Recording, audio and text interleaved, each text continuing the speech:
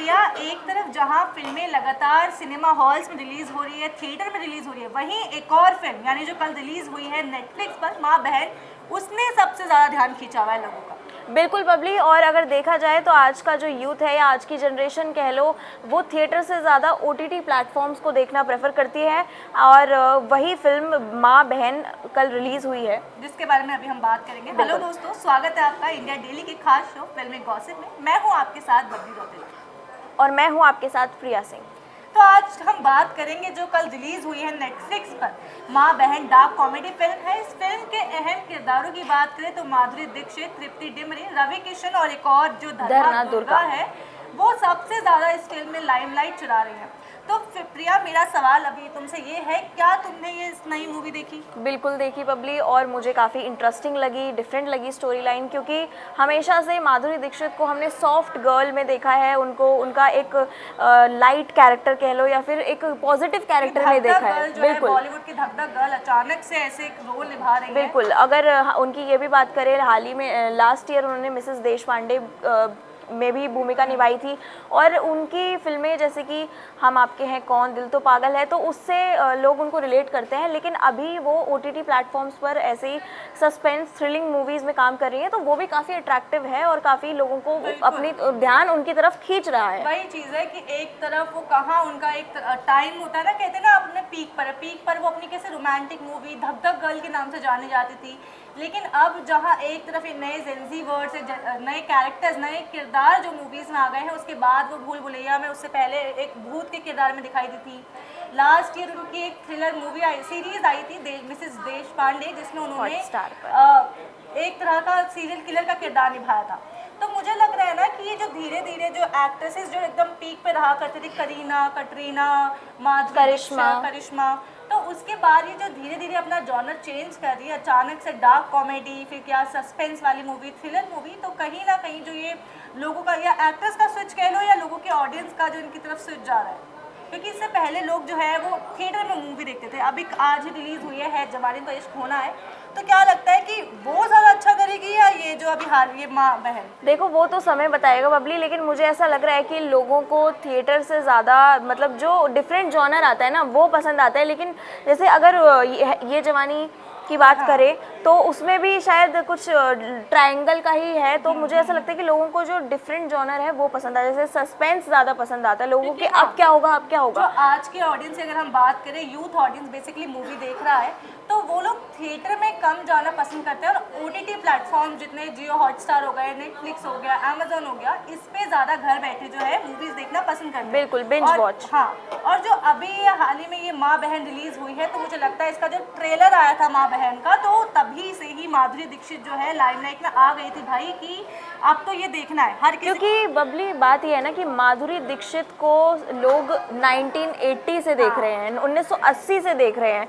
तो जो पुरानी जनरेशन है वो भी, नई जनरेशन है वो भी, तो मुझे ऐसा लगता है कि उनको देख के लोग और ज़्यादा एक्साइट हो गए थे कि क्या होगा फिल्म में। और अगर फिल्म की बात करें तो उनके निर्देशक है सुरेश त्रिवेदी, जिन्होंने तुम्हारी सुल्लू, जिसमें विद्या बालन थी, वो भी काफ़ी ज़्यादा उनको भी काफ़ी ज़्यादा लोग पसंद करते हैं। तो मतलब कह सकते हैं कि जो मूवी जो, क्योंकि अब हमारी जो इंडस्ट्री है ना, वो ओवरऑल कहते हैं ना कि अगर किसी फिल्म में मेल एक्टर ना हो तो फिल्म नहीं चलती। ये एक माइंडसेट कह लो मूवीज को लेकर, मिथ कह लो या मिथ कह लो, कि ऐसा हमारा जो है माइंडसेट सेट है। अगर बॉलीवुड में किसी को मूवी चलवानी है तो उसमें मेन हीरो, कहते हैं ना हीरो हीरोइन, मूवी का मतलब यही समझते हैं हम कि एक हीरो एक हीरोइन, तो अगर ऐसी मूवीज बनती है तो लोग देखते हैं। लेकिन ये पहली मूवी हम कह सकते हैं, या OTT पर ऐसा कह सकते हैं कि female oriented movie, female centric movie जो है, तीनों मेन एक्ट्रेसेस जो है, यानी जो माधुरी दीक्षित जो रेखा के किरदार में है, या तृप्ति डिमरी कह लो जो जया के किरदार में है, ऐसे कैरेक्टर्स। और दूसरी चीज़, नाम देखो आप,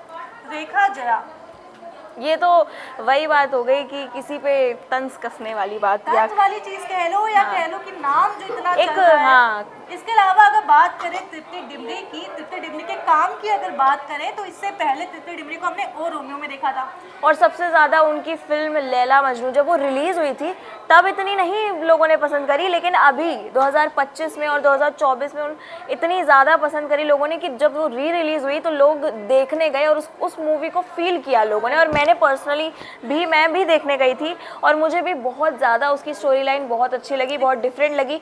और अगर हम धरना दुर्गा की बात करें बबली, मैं बता दूं उन्होंने इंस्टाग्राम में कंटेंट क्रिएशन चालू किया और अब देखो वो एक्टिंग लाइन में आ गई ऐसा है। नहीं लग रहा कि बॉलीवुड एक्टर्स की जगह जो सोशल मीडिया इन्फ्लुएंसर्स अचानक से मूवी में आ रहे हैं? क्योंकि पहली मूवी नहीं देखी हमने जिसमें इन्फ्लुएंसर्स आए। बिल्कुल। हर्ष गुजराल हो गए या बसी हो गए, अपूर्वा मकीजा ने भी एक सीरीज में मूवी में काम उर्फी किया। जावेद हो गई। तो बिल्कुल। कहीं ना कहीं हम बॉलीवुड सेलेब्स को जगह ना देकर जो आउटसाइडर्स को मूवी में रोल दे रहे हैं, चाहे हो सकता है कि इनके कंटेंट की वजह से इन्हें रोल मिल रहा है, तो ये काफ़ी अच्छी चीज़ है कि दूसरे आउटसाइडर्स को मौका मिल रहा है। बिल्कुल पब्लिक, क्योंकि पॉजिटिव चीज़ है, क्योंकि अभी तक यही होता आ रहा था कि या तो एक्टर्स काम करते या उनके बच्चे काम करते थे, लेकिन अगर आउटसाइडर्स को मौका मिल रहा है तो ये कहीं ना कहीं बॉलीवुड के लिए ही पॉजिटिव चीज़ है, अच्छी चीज़ है। और तृप्ति, ऐसा नहीं है सिर्फ माधुरी दीक्षित ने अपना जॉनर यहाँ पे चेंज किया हो। तृप्ति डिमरी भी, इससे पहले आपने उन्हें धड़क 2 में देखा हो या ओ रोमियो में देखा हो या विक्की और विद्या का वो वाला वीडियो भूल भुलैया में उन्होंने हॉरर मूवी में काम किया और लैला मजनू में इतनी इमोशनल मूवी में काम किया, तो मुझे ऐसा लगता है कि उनका भी जॉनर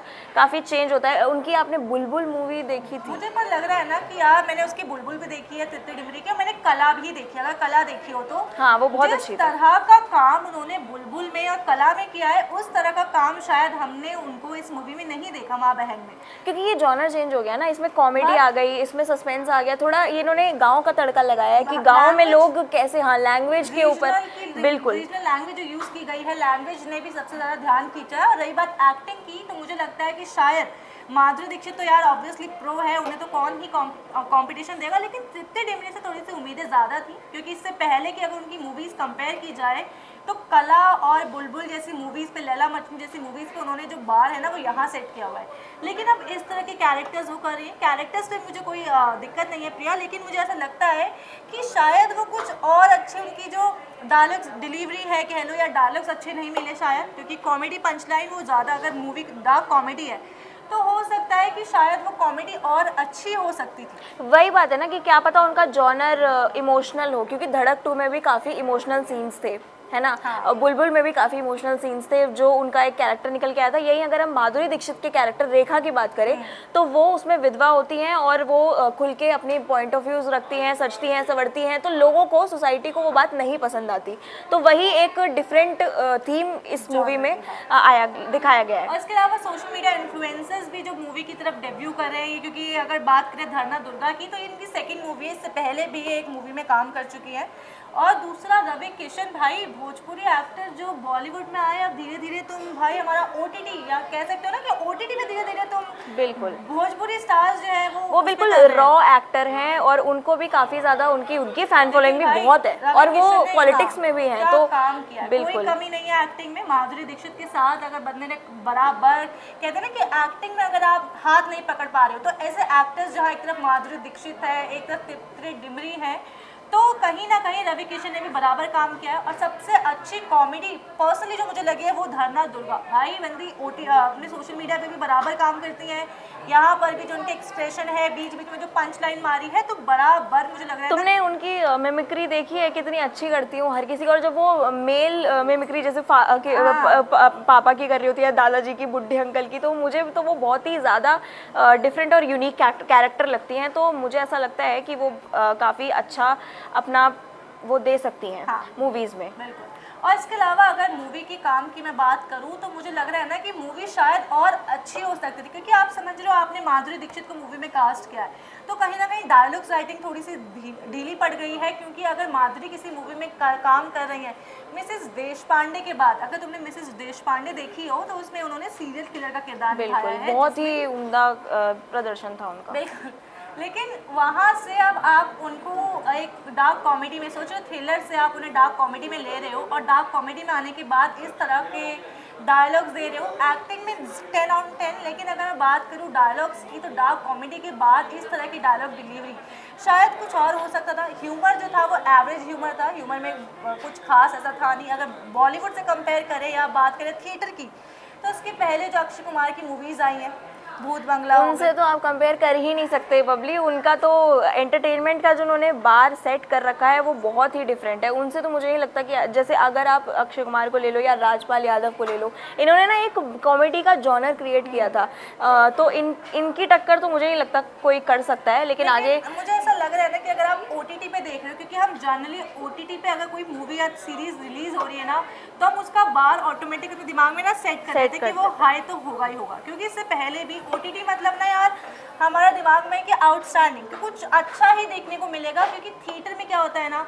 बड़े एक्टर्स हैं, बड़ा पैसा लगा है, प्रोडक्शन हाउस अच्छा है, डायरेक्शन अच्छा हुआ है, तो हम कह सकते हैं कि चलो थिएटर लायक मूवी हो सकती है। लेकिन OTT पर हम वेट करते हैं कि ऑथेंटिक चीज़ें देखने को मिलेंगी, ऐसी चीज़ें देखने को मिलेंगी जो शायद बड़े पर्दे पे नहीं देखने को मिलेंगी। लेकिन बबली कई बार ऐसा भी हो जाता है कि कितना पैसा लगता है प्रोडक्शन में, कितना सब लगता है, कितने सीन्स होते हैं, कितने म्यूजिक वीडियोस शूट होती है, लेकिन फिर भी मूवी नहीं चलती और एकदम फ्लॉप हो जाती है प्रोडक्शन हाई प्रोडक्शन के बाद भी। तो कहीं ना कहीं अगर हम वो कंपैरिजन तो नहीं कर सकते OTT और थिएटर का, लेकिन स्टिल हाँ आप जैसे कह रहे हो कि उसकी स्टोरी लाइन थोड़ी और परफेक्ट हो सकती थी, डायलॉग डिलीवरी और परफेक्ट हो सकती थी। और अगर हम तृप्ति डिमरी की एक और बात करें तो विक्की विद्या का वो वाला वीडियो भी कुछ खास नहीं लोगों ने पसंद करी थी। जबकि राजकुमार राव का भी एंटरटेनमेंट मतलब क्या बोलते हैं, उनका भी जॉनर जो है वो कॉमेडी है। जैसे आपने आयुष्मान खुराना के साथ और कृति सनन के साथ उनकी मूवी देखी हो बरेली की बर्फी, तो उसमें तो बहुत ही ज़्यादा उनकी अच्छी एक्टिंग थी। लेकिन अभी इस वाली मूवी में इतना अच्छा लोगों ने उनको पसंद नहीं किया। तृप्ति डिमरी एज अगर आउटसाइडर की बात, अगर हम बॉलीवुड में नेपोटिज्म और आउटसाइडर वाली जंग देखें, तो बाहर से आने के बाद, आउटसाइडर होने के बाद भी अगर इस तरह का काम जो तृप्ति कर रही है, लगातार बैक टू बैक उन्हें मूवी मिल रही है। एनिमल में उनका सॉन्ग भाभी 2 के नाम से उन्हें ओवरऑल में नेशनल क्रश कहा जाता था कि तृप्ति डिमरी जो है वो बॉलीवुड की अब नेशनल क्रश बन चुकी है। क्योंकि जिस तरह का काम वो कर रही थी, एकदम ग्लैमर का दूसरा नाम तृप्ति डिमरी। इससे पहले भी अगर हम बात करें आलिया भट्ट की, क्योंकि आलिया हो गई, रणवीर हो गई, बॉलीवुड के पहले से इनके नेपो किड कह लो कि फादर तुम्हारा फैमिली लेगेसी चलती हुई आ रही है, कपूर खानदान की, भट्ट फैमिली की, और उसके बाद आउटसाइडर आके आप इस तरह का काम कर रहे हो, तो मुझे लगता है कि तृप्ति डिमरी ने माइलस्टोन तो भाई टच किया है। बिल्कुल। अगर इनकी भी बात कर रहे हैं तो मेरे जहन में मृणाल ठाकुर भी आती हैं। उन्होंने भी उन्होंने सीरियल्स में काम किया था और अब वो इतना मूवीज में काम कर रही है। बिल्कुल रिलीज हुई है जवानी तो इश्क होना ही है, जहाँ वो वरुण धवन के साथ काम कर रही है। और बता दो इस मूवी को डायरेक्ट कर रहे हैं उनके फादर डेविड धवन, जो अपनी कॉमेडी के लिए जाने जाते हैं। तो बेसिकली कहा ही जाता है कि लेकिन डेविड धवन की जो मतलब जितनी भी मूवीज मुझे ऐसा लगता है गोविंदा के साथ ज़्यादा उनकी अच्छी आई हैं, क्योंकि लोगों ने वही कॉमेडी ज़्यादा पसंद करी है। गोविंदा हो गए, रवीना टंडन हो गई, लेकिन वरुण धवन के साथ खास इतना लोगों ने पसंद नहीं किया है। वही चीज़ है यार, अगर देखो अगर ये मूवी है तो मुझे नहीं लगता कि मूवी का, अगर मैंने इसका रिव्यू अगर मैं बात करूँ इस मूवी के रिव्यू की, तो फर्स्ट हाफ बहुत स्लो है और सेकंड हाफ भी हम ट्रेलर को देख के कंक्लूड कर सकते हैं कि मूवी में क्या हुआ होगा। ऐसा कुछ खास एक्सपेक्टेशन नहीं है इस मूवी से। और दूसरी चीज़, ये मूवी इतनी कुछ बड़ी है भी नहीं कि इसको बड़े पर्दे पर रिलीज़ किया जाए एज़ कम्पेयर टू माँ बहन। बिल्कुल। क्योंकि माँ बहन की जो थीम है ना वो इस तरह की है कि दिखाया गया है कि जो माधुरी दीक्षित है इसको सोसाइटी से अलग करा हुआ है, लोग बात नहीं करते ऐसी महिलाओं से। और फिर जया जो यानी जो तृप्ति डिमरी ने जिसका किरदार निभाया और दूसरा धरना ने जिसका किरदार निभाया है, तो इस तरह की कैरेक्टर्स की जो बेटियाँ होती हैं वो उनसे कोई बात नहीं करता, उनकी कोई शादी नहीं होती।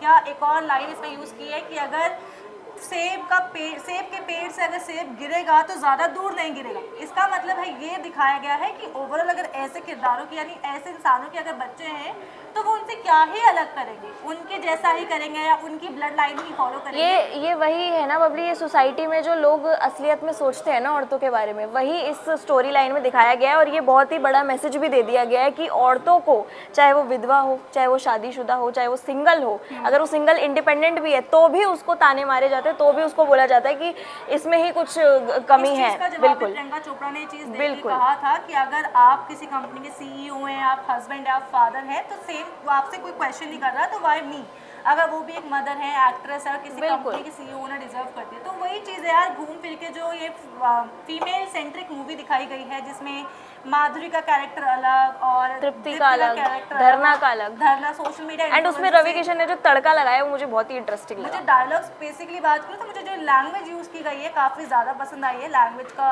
कहीं ना कहीं कॉमेडी तड़का लगा हुआ है।